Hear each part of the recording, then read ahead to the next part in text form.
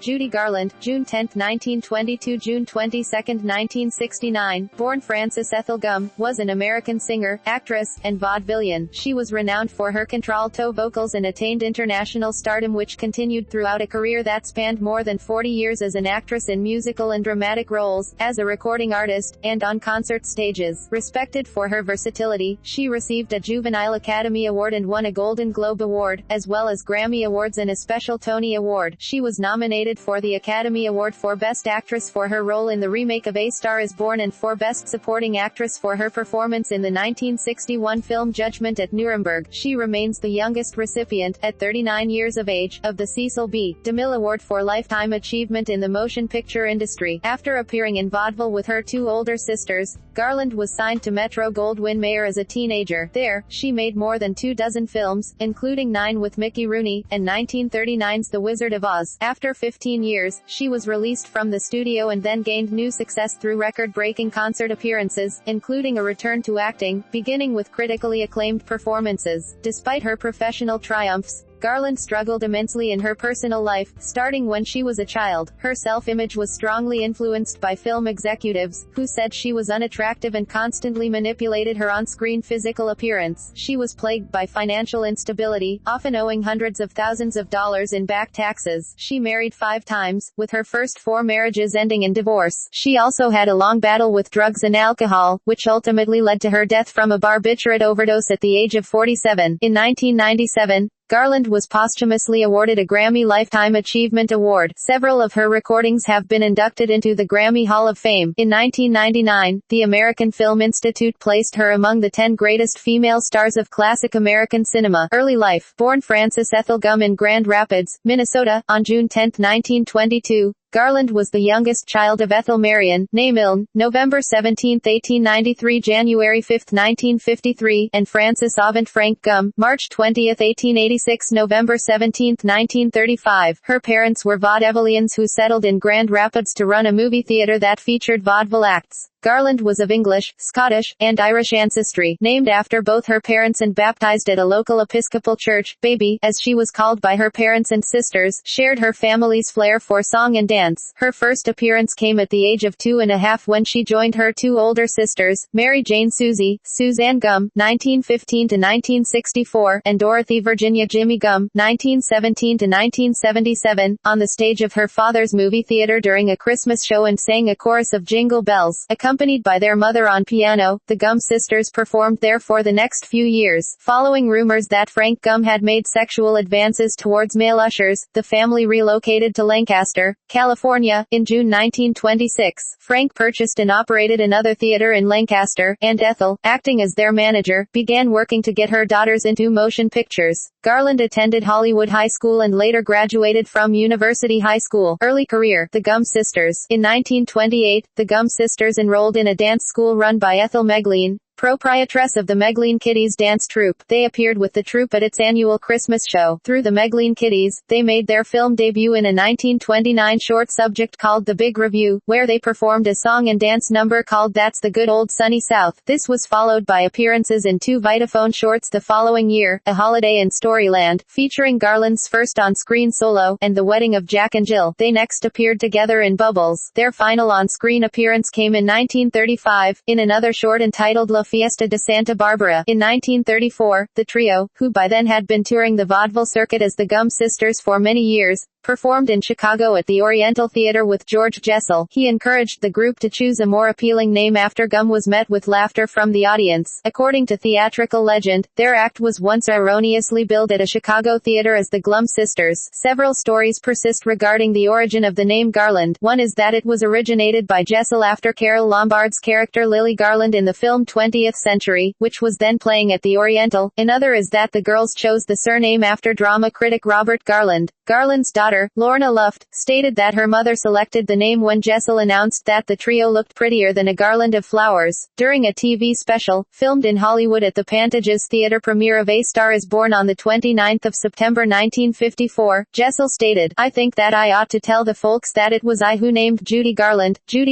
not that it would have made any difference. You couldn't have hid that great talent if you'd called her Tel Aviv Windsor Shell, you know, but her name when I first met her was Frances Gumm and it wasn't the kind of a name that that so sensitive a great actress like that should have, and so we called her Judy Garland, and I think she's a combination of Helen Hayes and Al Jolson, and maybe Jenny Lind and Sarah Bernhardt. A later explanation surfaced when Jessel was a guest on Garland's television show in 1963. He claimed that he had sent actress Judith Anderson a telegram containing the word Garland and it stuck in his mind. By late 1934, the Gumm Sisters had changed their name to the Garland Sisters. Frances changed her name to Judy soon after, inspired by a popular Hoagie Carmichael song. By August 1935, they were broken up when Suzanne Garland flew to Reno, Nevada, and married musician Lee Kahn, a member of the Jimmy Davis Orchestra playing at Cal Naval Lodge, Lake Tahoe, signed at Metro-Goldwyn-Mayer. In September 1935, songwriter Burton Lane was asked by Louis B. Mayer to go to the Orpheum Theater in downtown Los Angeles to watch the Garland Sisters vaudeville act, and to report back to him. A few days later, Judy and her father were brought to studio for an impromptu audition at Metro-Goldwyn-Mayer Studios in Culver City, accompanied by her soon-to-be vocal arranger and mentor Roger Edens on piano. Garland performed Zing, Went the Strings of My Heart and Eli Eli. Garland was immediately signed to a contract with MGM supposedly without a screen test, though she had made a test for the studio several months earlier. The studio did not know what to do with her, as at age 13 she was older than the traditional child star, but too young for adult roles. Her physical appearance created a dilemma for MGM. At only 4 feet, her cuter girl next door looks did not exemplify the more glamorous persona required of leading ladies of the time. She was self-conscious and anxious about her appearance. Judy went to school at Metro with Ava Gardner, Lana Turner, Elizabeth Taylor, real beauties, said Charles Walters, who directed her in a number of films. Judy was the big money maker at the time, a big success, but she was the ugly duckling. I think it had a very damaging effect on her emotionally for a long time. I think it lasted forever, really. Her insecurity was exacerbated by the attitude of studio chief Louis B. Mayer, who referred to her as his little hunchback. During her early years at the studio, she was photographed and dressed in plain garments or frilly juvenile gowns and costumes to match the girl next door image created for her. She was made to wear removable caps on her teeth and rubberized discs to reshape her nose. Garland performed at various studio functions and was eventually cast opposite Dina Durbin in the musical short Every Sunday. The film contrasted her vocal range and swing style with Durbin's operatic soprano and served as an extended screen test for the pair, as studio executives were questioning the wisdom of having 2 girl singers on the roster. Mayer finally decided to keep both actresses, but by that time, Durbin's option had lapsed and she was signed by Universal Studios. On November 16, 1935, in the midst of preparing for a radio performance on the Shell Chateau Hour, Garland learned that her father, who had been hospitalized with meningitis, had taken a turn for the worse. Frank Gumm died the following morning, on November 17, leaving her devastated. Her song for the Shell Chateau Hour was her first professional rendition of Zing, Went the Strings of My Heart, a song which would become a standard in many of her concerts. Garland next came to the attention of studio executives by singing a special arrangement of You Made Me Love You, I Didn't Want to Do It, to Clark Gable at a birthday party held by the studio for the actor. Her rendition was so well regarded that she performed the song in the All-Star Extravaganza Broadway Melody of 1938-1937, singing to a photograph of him. MGM hit on a winning formula when it paired Garland with Mickey Rooney in a string of what were known as backyard musicals. The duo first appeared together in the 1937 B-movie Thoroughbreds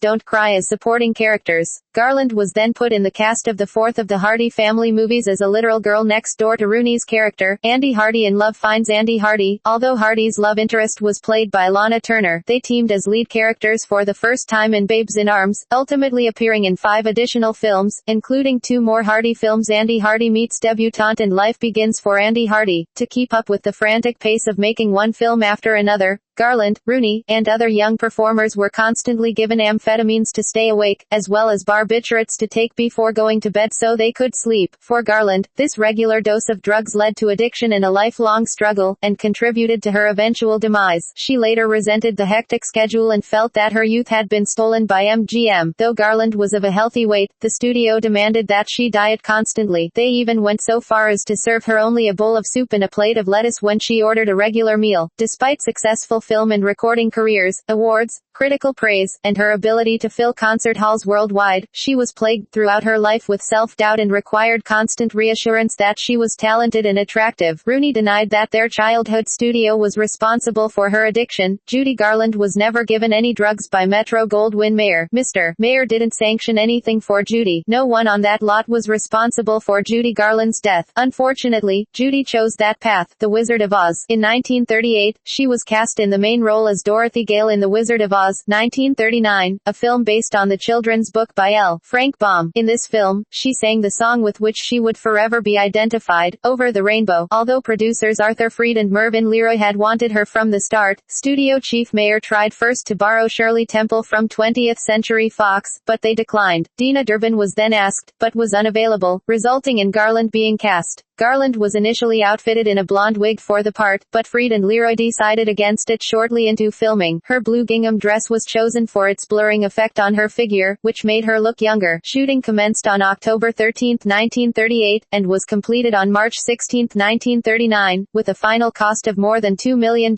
With the conclusion of filming, MGM kept Garland busy with promotional tours and the shooting of Babes in Arms, directed by Busby Berkeley. Rooney and she were sent on a cross-country promotional tour, culminating in the August 17 New York City premiere at the Capitol Theater, which included a 5-show-a-day appearance schedule for the two stars. The Wizard of Oz was a tremendous critical success, though its high budget and promotions costs of an estimated $4 million, equivalent to $1 million in, coupled with the lower revenue generated by children's tickets, meant that the film did not make a profit until it was re-released in the 1940s. At the 1940 Academy Awards ceremony, Garland received an Academy Juvenile Award for her performances in 1939, including The Wizard of Oz and Babes in Arms. Following this recognition, she became one of MGM's most bankable stars. Adult stardom. In 1940, she starred in 3 films, Andy Hardy Meets Debutante, Strike Up the Band, and Little Nellie Kelly. In the last, she played her first adult role, a dual role of both mother and daughter. Little Nellie Kelly was purchased from George M. Cohan as a vehicle for her to display both her audience appeal and her physical appearance. The role was a challenge for her, requiring the use of an accent, her first adult kiss, and the only death scene of her career. The kiss was regarded as embarrassing by her co-star, George Murphy. He said it felt like a hillbilly with a child bride. Nevertheless, the success of these 3 films and a further 3 films in 1941 secured her position at MGM as a major property. During this time,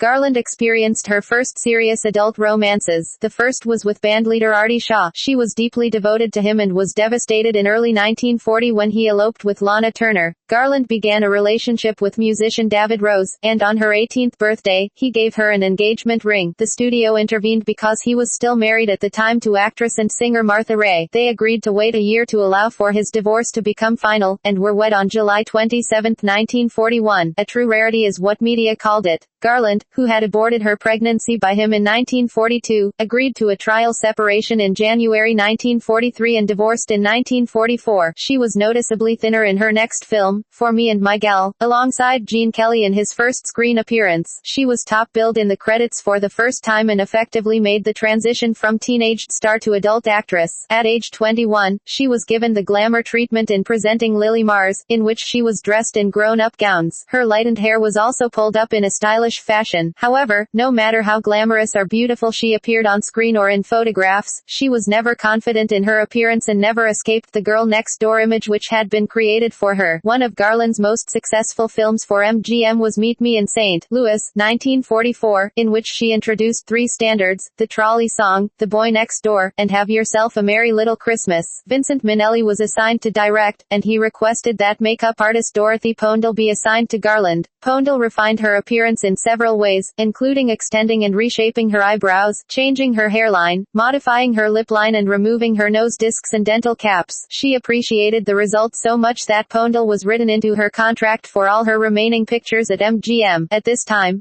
Garland had a brief affair with legendary film director Orson Welles, who was then married to Rita Hayworth. The affair ended in early 1945, although they remained on good terms afterwards. During the filming of Meet Me in St. Louis, after some initial conflict between them, Garland and Minnelli entered into a relationship. They were married June 15, 1945, and on March 12, 1946, daughter Liza was born. They were divorced by 1951. The Clock, 1945, was Garland's first straight dramatic film, opposite Robert Walker. Though the film was critically praised and earned a profit, most movie fans expected her to sing. It would be many years before she acted again in a non-singing dramatic role. Garland's other films of the 1940s include The Harvey Girls, 1946, in which she introduced the Academy Award-winning song On the Atchison, Topeka, and the Santa Fe, Until the Clouds Roll By, 1946. Leaving MGM. During filming for The Pirate in April 1947, Garland suffered a nervous breakdown and was placed in a private sanitarium. She was able to complete filming, but in July, she made her first suicide attempt, making minor cuts to her wrist with a broken glass.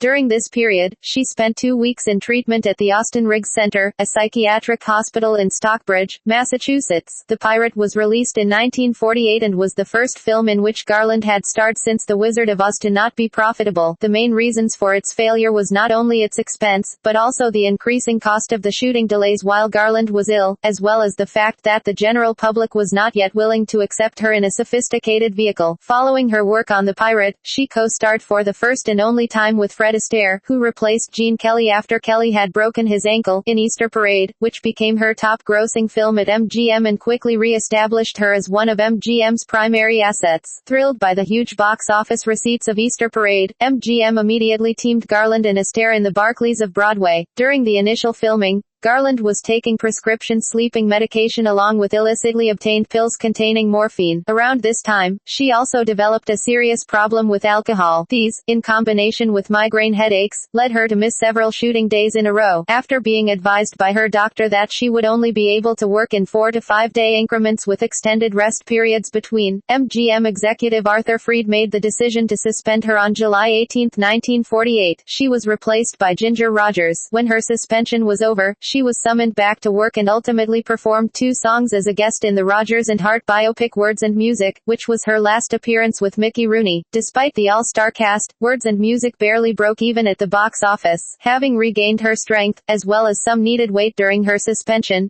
Garland felt much better, and in the fall of 1948, she returned to MGM to replace a pregnant June Allison for the musical film In the Good Old Summertime co-starring Van Johnson. Although she was sometimes late arriving at the studio during the making of this picture, she managed to complete it 5 days ahead of schedule. Her daughter Liza Minnelli made her film debut at the age of 2.5 at the end of the film. In the Good Old Summertime was enormously successful at the box office. Garland was then cast in the film adaptation of Annie Get Your Gun in the title role of Annie Oakley. She was nervous at the prospect of taking on a role strongly identified with Ethel Merman, anxious about appearing in an unglamorous part after breaking from juvenile parts for several years, and disturbed by her treatment at the hands of director Busby Berkeley. Berkeley was staging all the musical numbers, and was severe with Garland's lack of effort, attitude, and enthusiasm. She complained to Mayer, trying to have Berkeley fired from the feature. She began arriving late to the set and sometimes failed to appear. At this time, she was also undergoing electroshock therapy for depression. She was suspended from the picture on May 10, 1949, and was replaced by Betty Hutton, who stepped in performing all the musical routines as staged by Berkeley. Garland underwent an extensive hospital stay at Peter Bent Brigham Hospital in Boston, Massachusetts, in which she was weaned off her medication and, after a while, was able to eat and sleep normally. Garland returned to Los Angeles heavier, and in the fall of 1949, was cast opposite Gene Kelly in Summer Stock. The film took 6 months to complete. To lose weight, Garland went back on the pills and the familiar pattern resurfaced. She began showing up late or not at all. When principal photography on Summer Stock was completed in spring 1950, it was decided that Garland needed an additional musical number. She agreed to do it provided the song should be Get Happy. In addition, she insisted that director Charles Walters choreograph and stage the number. By that time,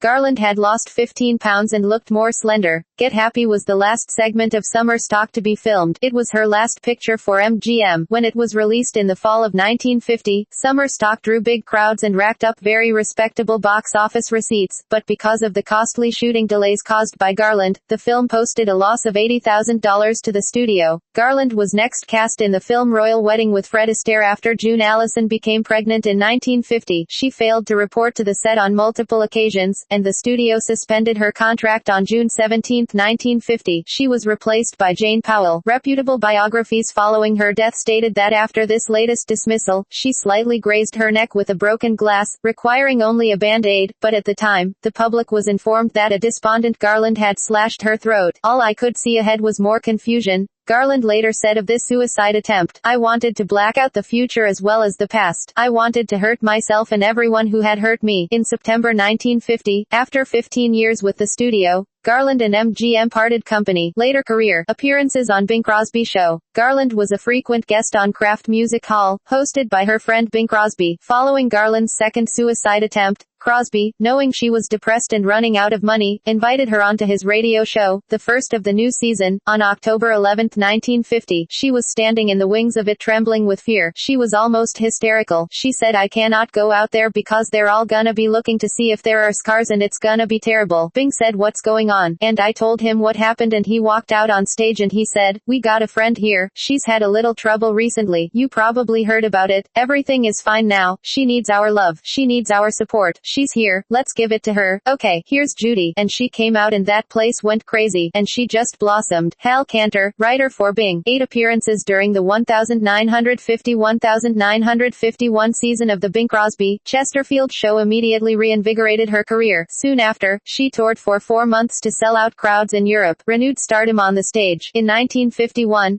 Garland began a 4-month concert tour of Britain and Ireland, where she played to sold-out audiences throughout England, Scotland, and Ireland. The successful concert tour was the first of her many comebacks, with performances centered around songs by Al Jolson and revival of vaudevillian tradition. Garland performed complete shows as tributes to Jolson in her concerts at the London Palladium in April and at New York's Palace Theatre later that year. Garland said after the Palladium show, "I suddenly knew that this was the beginning of a new life. Hollywood thought I was through. Then came the wonderful opportunity to appear at the London Palladium, where I can truthfully say Judy Garland was reborn." Her appearances at the Palladium lasted for 4 weeks, where she received rave reviews and an ovation described by the Palladium manager as the loudest he had ever heard. In New York in October 1951, Garland's engagement at the Palace Theatre exceeded all previous records for the theatre and for Garland, was called one of the greatest personal triumphs in show business history. Garland was honored for her contribution to the revival of vaudeville with a special Tony Award. That same year, she divorced Minnelli, and in 1952, she married Sid Luft, her tour manager and producer. On June 8, 1952, in Hollister, California, Garland gave birth to Lorna Luft, herself a future actress and singer. On November 21, 1952, and to Joey Luft on March 29, 1955. Hollywood comeback. Garland filmed a musical remake of the film A Star is Born for Warner Brothers in 1954. Garland and Sidney Luft, her then husband, produced the film through their production company, Transcona Enterprises, while Warner Brothers supplied the funds,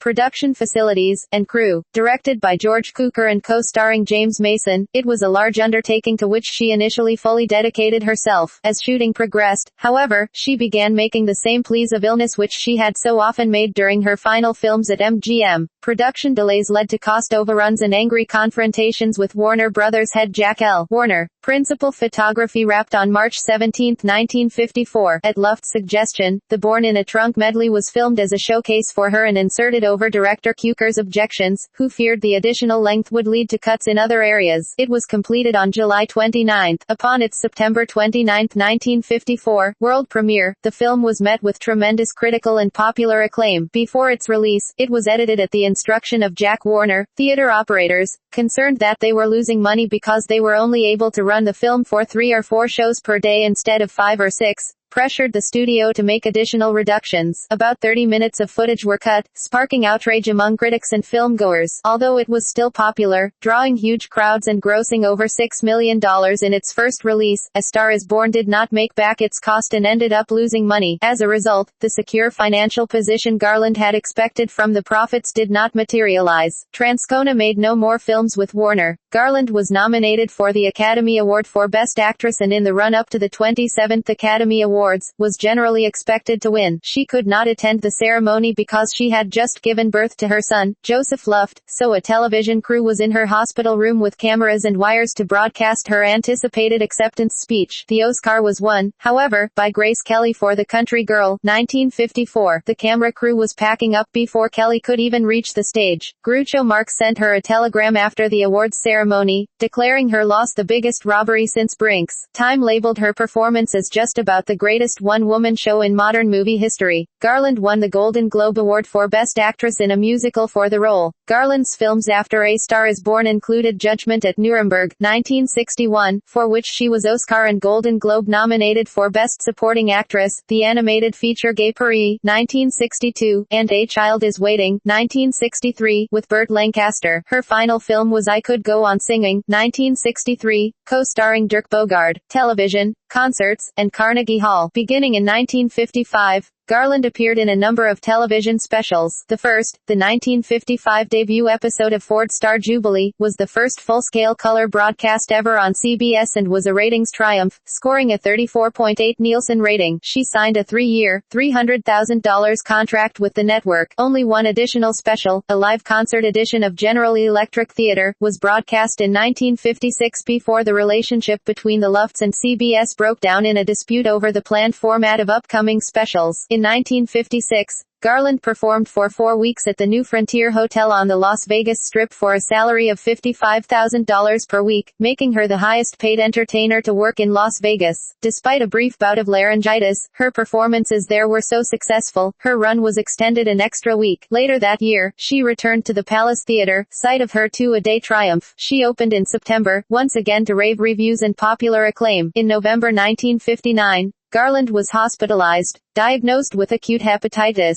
Over the next few weeks, several quarts of fluid were drained from her body until, still weak, she was released from the hospital in January 1960. She was told by doctors that she likely had 5 years or less to live, and that even if she did survive, she would be a semi-invalid and would never sing again. She initially felt greatly relieved at the diagnosis. The pressure was off me for the first time in my life. However, she recovered over the next several months and, in August of that year, returned to the stage of the Palladium. She felt so warmly embraced by the British, she announced her intention to move permanently to England. Her concert appearance at Carnegie Hall on April 23, 1961, was a considerable highlight, called by many the greatest night in show business history. The two-record Judy at Carnegie Hall was certified gold, charting for 95 weeks on Billboard, including 13 weeks at number 1. The album won 4 Grammy Awards including Album of the Year and Best Female Vocal of the Year. The album has never been out of print. In 1961, Garland and CBS settled their contract disputes with the help of her new agent, Freddie Fields, and negotiated a new round of specials. The first, entitled The Judy Garland Show, aired in 1962 and featured guests Frank Sinatra and Dean Martin. Following this success, CBS made a $24 million offer to her for a weekly television series of her own, also to be called The Judy Garland Show, which was deemed at the time in the press to be the biggest talent deal in TV history. Although she had said as early as 1955 that she would never do a weekly television series, in the early 1960s, she was in a financially precarious situation. She was several $100,000 in debt to the Internal Revenue Service, having failed to pay taxes in 1951 and 1952, and the failure of A Star is Born meant that she received nothing from that investment. A successful run on television was intended to secure her financial future. Following a third special, Judy Garland and her guests Phil Silvers and Robert Goulet, Garland's weekly series debuted September 29, 1963. The Judy Garland Show was critically praised, but for a variety of reasons, including being placed in the time slot opposite Bonanza on NBC, the show lasted only one season and was canceled in 1964 after 26 episodes. Despite its short run, the series was nominated for 4 Emmy Awards, including Best Variety Series. The demise of the program was personally and financially devastating for Garland. Garland sued Luft for divorce in 1963, claiming cruelty as the grounds. She also asserted that he had repeatedly struck her while he was drinking and that he had attempted to take their children from her by force. She had filed for divorce from Luft more than once previously, even as early as 1956, but they had reconciled each time. Final years. With the demise of her television series,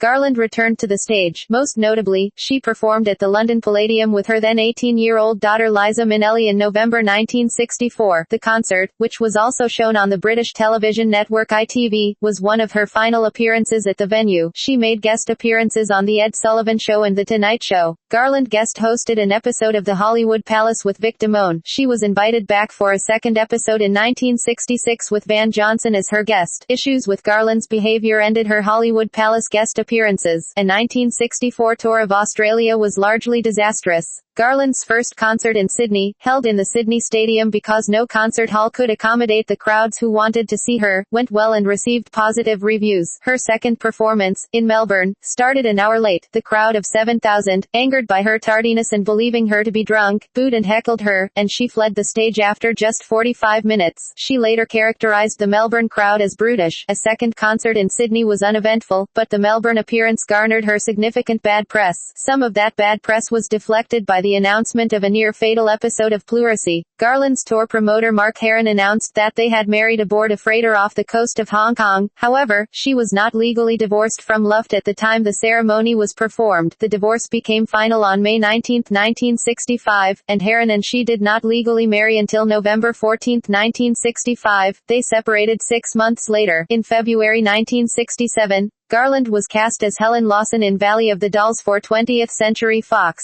During the filming, she missed rehearsals and was fired in April, replaced by Susan Hayward. Her pre-recording of the song I'll Plant My Own Tree survived, along with her wardrobe tests. Returning to the stage, Garland made her last appearances at New York's Palace Theatre in July, a 16-show stand, performing with her children Lorna and Joey Luft. She wore a sequined pantsuit on stage for this tour, which was part of the original wardrobe for her character in Valley of the Dolls. By early 1969, Garland's health had deteriorated. She performed in London at the Talk of the Town nightclub for a 5-week run and made her last concert appearance in Copenhagen during March 1969. She married her fifth and final husband, nightclub manager Mickey Deans, at Chelsea Register Office, London, on March 15, 1969, her divorce from Heron having been finalized on February 11. Death. On June 22, 1969, Deans found Garland dead in the bathroom of their rented Chelsea, London Mews house. She was 47 years old. The coroner, Gavin Thurston, stated at the inquest that the cause of death was an incautious self-overdosage of barbiturates. Her blood contained the equivalent of 10 1.5 grmg seconal capsules. Thurston stressed that the overdose had been unintentional and that no evidence suggested she had committed suicide. Garland's autopsy showed that no inflammation of her stomach lining and no drug residue in her stomach, which indicated that the drug had been ingested over a long period of time, rather than in one dose. Her death certificate stated that her death had been accidental. Supporting the accidental cause, her doctor noted that a prescription of 25 barbiturate pills was found by her bedside half empty and another bottle of 100 was still unopened. A British specialist who had attended her autopsy said she had nevertheless been living on borrowed time owing to cirrhosis. She had turned 47 just 12 days before her death. Her Wizard of Oz co-star Ray Bolger commented at her funeral, "She just plain wore out." After her body had been embalmed by Desmond Henley, Deans took Garland's remains to New York City on June 26, where an estimated 20,000 people lined up at the Frank E. Campbell Funeral Chapel in Manhattan, which remained opened all night, to pay their respects. On June 27, James Mason gave a eulogy at the funeral, an Episcopal service led by the Rev. Peter A. Delaney of St. Marylebone Parish Church, London, who had officiated at her marriage to Deans 3 months prior. The public and press were barred. She was interred in a crypt in the community mausoleum at Ferncliff Cemetery, in Hartsdale, New York. Legacy. Garland's legacy as a performer and a personality has endured long after her death. The American Film Institute named her 8th among the greatest female stars of Golden Age Hollywood cinema. She has been the subject of over 24 biographies since her death, including the well-received Me and My Shadows, a family memoir by her daughter, Lorna Luft, whose memoir was later adapted into the television miniseries Life with Judy Garland, Me and My Shadows, which won Emmy Awards for the 2 actresses portraying her, Tammy Blanchard and Judy Davis. Garland was posthumously awarded the Grammy Lifetime Achievement Award in 1997. Several of her recordings have been inducted into the Grammy Hall of Fame. These include Over the Rainbow, which was ranked as the #1 movie song of all time in the American Film Institute's 100 Years, 100 Songs list. 4 more Garland songs are featured on the list: Have Yourself a Merry Little Christmas, 76, Get Happy, 61, The Trolley Song, 26, and The Man That Got Away, 11. She has twice been honored on U.S. postage stamps, in 1989, as Dorothy, and again in 2006, as Vicky Lester from A Star Is Born. In popular culture, gay icon. Garland had a large fan base in the gay community and became a gay icon. Reasons given for her standing, especially among gay men, are admiration of her ability as a performer, the way her personal struggles mirrored those of gay men in America during the height of her fame, and her value as a camp figure. In the 1960s, a reporter asked how she felt about having a large gay following. She replied, "I couldn't care less. I sing to people." Portrayals in fiction. Garland has been portrayed on television by Andrea McArdle in Rainbow, 1978, Tammy Blanchard, Young Judy, and Judy Davis, Older Judy, in Life with Judy Garland, Me and My Shadows, 2001, and Sigrid Thornton in Peter Allen, Not the Boy Next Door, 2015. On stage, Garland is a character in the musical The Boy from Oz, 1998, portrayed by Chrissy Amphlett in the original Australian production and by Isabel Keating on Broadway in 2003. End of the Rainbow, 2005, featured Caroline O'Connor as Garland and Paul Goddard as Garland's pianist. Audrey N. Barbeau played Garland in the property known as Garland, 2006, and the Judy Monologues, 2010, initially featured male actors reciting Garland's words before it was revamped as a one-woman show.